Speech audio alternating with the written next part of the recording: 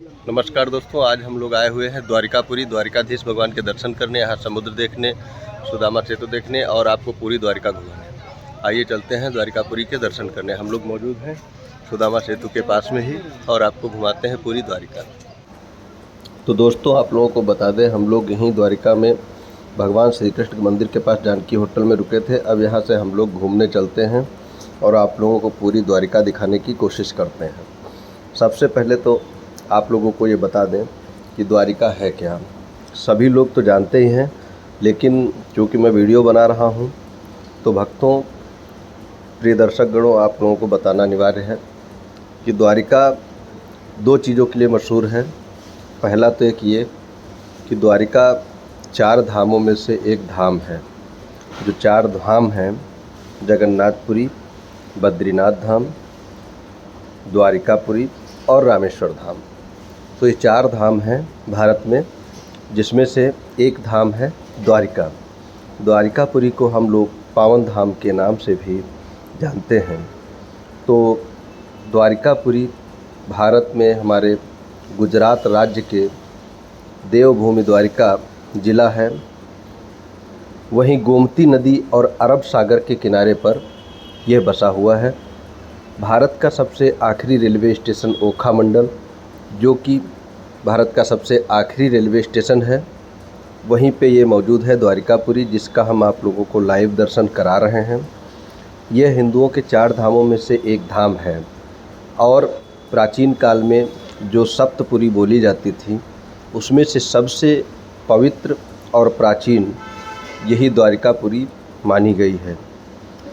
यह भगवान श्री कृष्ण का जो है प्रमुख स्थल है। सर्वप्रथम गुजरात में द्वारिकापुरी को ही धार्मिक राजधानी माना जाता था। धार्मिक राजधानी कहा जाए तो आज भी द्वारिकापुरी ही है और यहाँ पर द्वारका गुजरात के ही नहीं, बल्कि देवभूमि द्वारिका में भारत के सभी प्रांतों से, सभी प्रदेशों से लोग आते जाते हैं। आज हम लोग भी आए हुए हैं द्वारिकापुरी घूमने के लिए। हमारे साथ में, जैसा कि आगे हमारे अमित भाई और अरविंद भाई भी चल रहे हैं, हम लोग द्वारिकापुरी आए हैं और यहाँ मैंने कुछ जो महत्वपूर्ण बातें सुनी हैं जो यहाँ के पर्यटन स्थल से संबंधित हैं।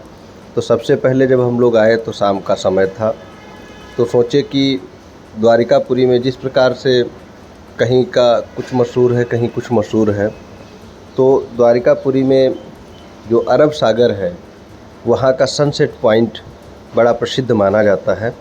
तो हम लोग सोचे कि कम से कम चलो पैदल चलते हैं, तो एक अच्छा सा वीडियो भी आप लोगों को दिखाने के लिए हो जाएगा और सनसेट पॉइंट भी। तो आप सामने देख ही रहे होंगे कि सूर्य हल्का सा ढलने की तरफ है, ढलने की कगार पे थे। तो हम लोग जो है चल दिए हैं अरब सागर की तरफ और सनसेट पॉइंट देखने। तो आज यह द्वारिकापुरी जो सप्तमपुरी 7 पुरियों में से एक पुरी है, वहाँ चल दिए हैं। तो आपको बता भी चुके हैं, द्वारिकापुरी अरब सागर के किनारे बसी हुई है और इस नगरी को बसाने वाले स्वयं भगवान विष्णु के अवतार भगवान श्री कृष्ण माने जाते हैं। कि यह नगरी जो द्वारिका है, इसको भगवान श्री कृष्ण जी ने बसाया था और यही उनकी कर्मभूमि है। आज हम भक्त लोग इस द्वारिकापुरी भगवान कृष्ण की 7 पावन नगरियों में से एक पावन नगरी द्वारिका नगरी, वहाँ पे हम लोग भ्रमण कर रहे हैं। द्वारिका भी भारत के सबसे प्राचीन शहरों में से एक शहर है मित्रों।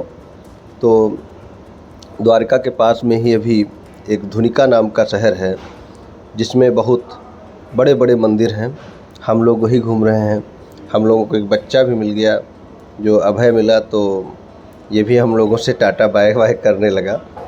तो एक बात हमने सुनी है, देखिए हम लोग आ गए हैं सनसेट पॉइंट, और आप लोगों को एक बात बता दें, जैसा कि हम लोगों ने सुना कि जो द्वारिका थी भगवान श्री कृष्ण जी ने बसाई थी। जब भगवान श्री कृष्ण का इस पृथ्वी लोक से जाने का समय हुआ और वह यहाँ से चले गए, अर्थात स्वर्गवासी हुए जब यहाँ दुनिया से, पृथ्वी से चले गए, तो बताते हैं कि द्वारिका भी समुद्र में समा गई। लेकिन इसको प्रामाणिक कहा जाए या अनप्रमाणिक कहा जाए, क्योंकि जो हमारी ASI है, भारतीय पुरातत्व विभाग है, इसकी कई टीमों ने इस चीज़ का पता लगाने का प्रयास किया और 2005 एक टीम, पहले 1995 में, फिर 2000 में, फिर 2005 में भी भारतीय पुरातत्व विभाग इसके सर्च में लग गया। और इस सर्च करने के दौरान इन लोगों को काफ़ी चीज़ें मिली, लगभग 200 से 300 नमूने भी मिले, जिसमें भारतीय थल सेना के तमाम अधिकारी भी इनकी हेल्प में लगे हुए थे। लेकिन ये तय नहीं हो पाया कि ये वही नगरी है जिसे भगवान श्री कृष्ण ने बसाया था, या अगर ये नगरी वो नहीं है तो जो समुद्र में विलुप्त हुई वह कौन सी नगरी है।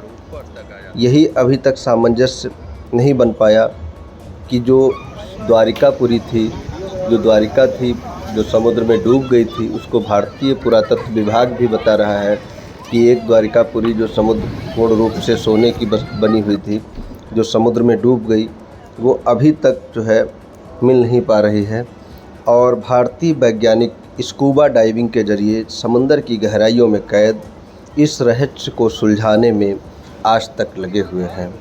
आप लोग सामने देख रहे हैं कि हमारे सूर्य भगवान जी बिल्कुल अस्त होने की तरफ हैं और काफ़ी सुंदर, काफ़ी अच्छा, मन को लुभाने वाला ये पल है। आज हम लोग द्वारिकापुरी, द्वारिका पावन धाम में बैठे हुए हैं। वहाँ पर सनसेट पॉइंट हम लोग देख रहे हैं, सूर्य बिल्कुल ढलने की कगार पर है। काफ़ी अच्छा लग रहा था, काफ़ी अच्छा महसूस हुआ, प्रतीत किया हम लोगों ने कि हम लोग भी अपनी ज़िंदगी का एक अच्छा पल, जब भगवान श्री कृष्ण की नगरी पावनपुरी द्वारिका में हम लोग आए। और आप सामने देख रहे हैं भगवान श्री कृष्ण का मंदिर है। सनसेट पॉइंट देखने के बाद हम लोग आ गए आरती करने के लिए। जैसा कि अंदर कैमरा ले जाना पूर्ण रूपेण वर्जित है, फिर भी मैंने कई अधिकारी और भाइयों से मिल कर के कोशिश किया वहाँ तक जाने की। अब देखिए, यहाँ पर 52 सीढ़ी हैं, 52 सीढ़ी हैं जिनको चढ़ कर के भगवान श्री कृष्ण के मंदिर को जाया जाता है। यह भगवान श्री कृष्ण का बहुत ही प्राचीन मंदिर है। हम सभी लोग उनकी आरती के लिए मंदिर को जा रहे हैं और मंदिर में हम सभी लोग गए। आप लोगों को बता दें कि यदि कभी आप आते हैं तो सायंकाल 8 बजे भगवान श्री कृष्ण की आरती इस मंदिर में होती है, जिसमें सभी धर्मानुरागी भक्तजन आते हैं और प्रसाद चढ़ाते हैं, आरती में सम्मिलित होते हैं। ये ध्यान रखें कि आप अगर मोबाइल कैमरा वगैरह कुछ उपकरण लाते हैं तो पास में ही उनके रखने की व्यवस्था की गई है। आपको टोकन मिल जाएगा और आपका सामान जमा हो जाएगा। और ये 52 सीढ़ी, इसी के पास आप अपने नीचे चप्पल जूता उतार कर ऊपर भगवान के मंदिर को जाते हैं। तो हम लोग भी गए, पूजा आरती किए। पूजा आरती करने के बाद जैसा कि आप लोगों को हम लाइव दिखा दिए भगवान श्री कृष्ण का द्वारिका मंदिर, और पास में ही है श्री केदारेश्वर महादेव जी का मंदिर। वहाँ हम लोग जाते हैं और भगवान केदारेश्वर नाथ जी को भी हम लोग प्रणाम करके आगे बढ़ते हैं। तो भगवान श्री कृष्ण के बारे में आप सबको पता ही है कि भगवान कृष्ण की जन्मभूमि तो मथुरा है। मथुरा में भगवान कृष्ण उत्पन्न हुए और यहीं बैठकर, द्वारका में बैठ कर के संपूर्ण देश की बागडोर अपने हाथों से संभाली। और एक कहावत है कि जिसे चाहते हैं बना डालते हैं, जिसे चाहते हैं मिटा डालते हैं। अर्थात इन्होंने पांडवों पे हाथ रख दिया, पांडवों को सहारा दिया, जिससे धर्म की जीत हुई।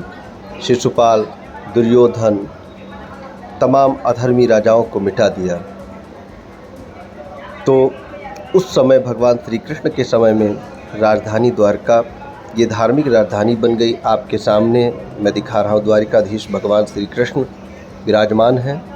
ये भगवान द्वारिकाधीश श्री कृष्ण भगवान है। एक बार प्रेम से सभी लोग उनका जयकार करते हैं, भगवान श्री कृष्ण की जय हो। तो इस जगह का धार्मिक महत्व तो है ही, रहस्य भी कम नहीं है। यहाँ बहुत सारे रहस्य हैं जो अभी तक उलझे हुए हैं। तो एक रिपोर्ट है द हिंदू, उसके मुताबिक 1963 में सबसे पहले द्वारिका नगरी का excavation Deccan College Pune department of archaeology और गुजरात सरकार ने मिलकर किया था। इस दौरान 3000 साल पुराने बर्तन मिले, अर्थात जब इसका सर्च अभियान चला तो यहाँ पर 3000 साल पुराने जो है यहाँ पर बर्तन मिले। तो उसके बाद जब इन्होंने समुद्र वगैरह का भी सर्च अभियान किया तो वहाँ भी इनको बताते हैं कि जो तांबे और ग्रेनाइट स्ट्रक्चर थे वो बहुत पुराने थे। तो भाइयों, मंदिर को प्रणाम करने के बाद पास में ही है सुदामा सेतु। सुदामा सेतु हम आ गए और सुदामा सेतु आने के बाद आपको दिखा रहे हैं जो सुदामा सेतु है। आप देख रहे होंगे सुदामा सेतु। सुदामा सेतु हम लोग गए। सुदामा जो भगवान श्री कृष्ण के परम प्रिय मित्र हैं, उनके बारे में आप लोग जान ही चुके होंगे कि सुदामा जी की कथा भी आप सब लोग सुने होंगे। तो ये गोमती नदी है मित्रों, जिस पे हम लोग चल रहे हैं। जो सेतु है ये पूर्ण रूपेण काठ और लोहे का बनाया गया है। तो यहाँ पर तमाम भक्तजन जो देश विदेश से आए हुए हैं वो अपनी फ़ोटोग्राफ़ी वीडियोग्राफी भी करा रहे हैं। आप लोगों को बता दें कि सुदामा सेतु जब आप जाते हैं तो यहाँ पर आपका 10 रुपया टिकट लगता है और उसके बाद आप सुदामा सेतु पर जा सकते हैं। तो हम लोग चलते हैं आगे की तरफ और देखते हैं कि आगे क्या है। तो सुदामा सेतु पे हम लोग चल रहे हैं, लाइव आप लोगों को दिखा रहे हैं। और सुदामा सेतु के उस पार हमने सुना, चूँकि जो महर्षि दुर्वासा जी थे उनका भी आश्रम द्वारिका में हुआ करता था। तो आप लोग देख रहे हैं बिल्कुल सामने हमारे श्री कृष्ण भगवान जी का मंदिर है। ये सब हम सुदामा सेतु से दिखाने का प्रयास कर रहे हैं। तो इस प्रकार से हम लोग सुदामा सेतु से आप लोगों को अरब सागर गोमती मैया के दर्शन कराएं। और अब आगे चलते हैं। श्री दुर्वासा ऋषि जी का जो आश्रम है, उनकी कुटिया है, और भी कई चीज़ें हैं। यहाँ पे लोग बताते हैं कि रेत में गाड़ी दौड़ाने का काम करते हैं। अभी जो गाड़ियाँ हैं अभी मैं उनको भी देखूँगा कि रेत में गाड़ी दौड़ा रहे हैं। कुछ लोग ऊँट पर सफ़र कर रहे हैं, कुछ लोग। तो मैं पहुँच गया हूँ वहाँ पे, देखता हूँ कि क्या सच में ऐसा कुछ है। तो खैर मैं पहुँचा तो देख रहा हूँ, जैसा आप भी देख रहे होंगे कि गाड़ियाँ यहाँ पर दौड़ा रहे हैं लोग। तो ये गाड़ी वाला मुझे मिला तो हमने भी उससे पूछताछ किया कि भाई कैसे क्या गाड़ी चलती है। तो उसने भी मुझे बताया। तो आप अगर गाड़ी सैर करना चाहते हैं, ऊँट की सैर करना चाहते हैं, तो ऊँट जो है 50 रुपये में आपको सैर कराते हैं, उधर ले जाएगा समुद्र के किनारे तक। और गाड़ी अगर चलाना चाहते हैं तो ये 100 रुपये में आपको पूरी गाड़ी का आनंद दिलाएगा। तो श्री लक्ष्मी नारायण जी का जो है तीर्थ है और वहीं दुर्वासा ऋषि जी का आश्रम है। एक बार फिर से हम गोमती माता के दर्शन करा दिए हैं। तो दोस्तों अब आगे बढ़ते हैं और चलते हैं आश्रम की तरफ। यहाँ तो अगर आपको बोटिंग करना है तो बोटिंग भी आपको 100 रुपये में उपलब्ध हो जाएगी। आप 100 रुपये में बोटिंग कर सकते हैं, आप यहाँ पे बोटिंग कर सकते हैं। तो चलते हैं मित्रों आगे की तरफ।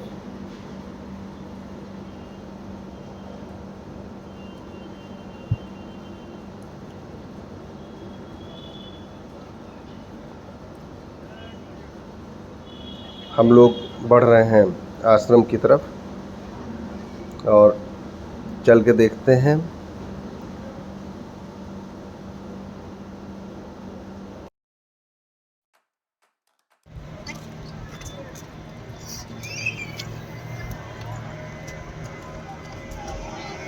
तो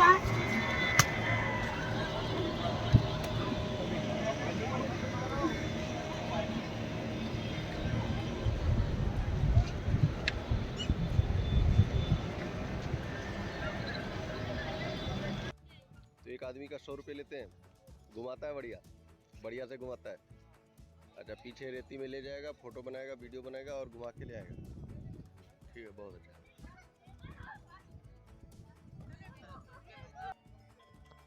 इस प्रकार से मित्रों आपने देखा, मैं अब आ गया हूँ महर्षि दुर्वासा ऋषि जी की कुटी में। सामने एक ये पेड़ है जो अभी तक मैंने यहाँ कई लोगों से पूछा, कोई लोग पारिजात बता रहे हैं, कोई कुछ बता रहा है, लेकिन पूर्ण रूप से किसी को विदित नहीं है कि ये वृक्ष किस नाम से है। और मैं आ गया हूँ महर्षि दुर्वासा ऋषि जी के आश्रम में। बताते हैं कि इसी वृक्ष के नीचे श्री दुर्वासा ऋषि जी तपस्या, ध्यान, योग किया करते थे। ये कुटी थी भगवान दुर्वासा जी की, दुर्वासा ऋषि जी की। आइए उनको बारंबार प्रणाम करते हैं। और महर्षि दुर्वासा जी को, जिनके नाम से सभी लोग चिर परिचित ही होंगे, कि दुर्वासा ऋषि जी बहुत ही जल्दी प्रसन्न भी होते थे, लेकिन बहुत ही क्रोधी स्वभाव के थे। दुर्वासा ऋषि जी के पास में ही श्री गरुड़गामी लक्ष्मी नारायण भगवान जी का मंदिर है। यहाँ हम लोग दर्शन करते हैं भगवान के। तो दोस्तों, ये थी हमारी द्वारिका नगरी। आपको मैंने यहाँ पे जो जो धार्मिक स्थल, कुंड, तीर्थ सब था दिखाने का प्रयास किया। आप सभी लोग वीडियो में ज़रूर बताइएगा कैसे लगी आपको द्वारिकापुरी। जय श्री कृष्णा। अगले वीडियो के लिए बने रहिए हमारे साथ। जय श्री राधे कृष्णा, जय श्री कृष्णा।